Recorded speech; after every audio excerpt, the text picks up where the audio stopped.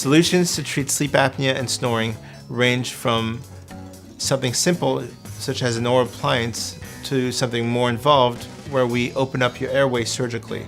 Oral appliances are plastic appliances that go between your teeth when you sleep at night.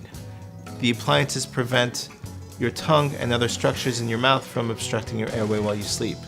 The maxillomandibular advancement is the most predictive and the most successful treatment to treat sleep apnea.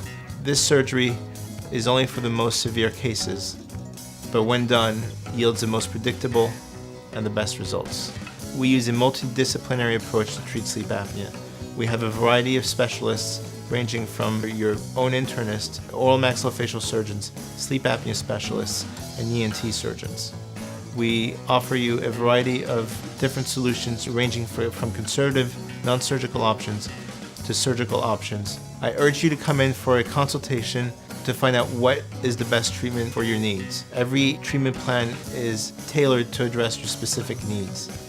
To learn more about our very unique services or to find out more about wisdom teeth extractions, please feel free to visit our website at parkavenuefaces.com or call our office at 212-988-6725.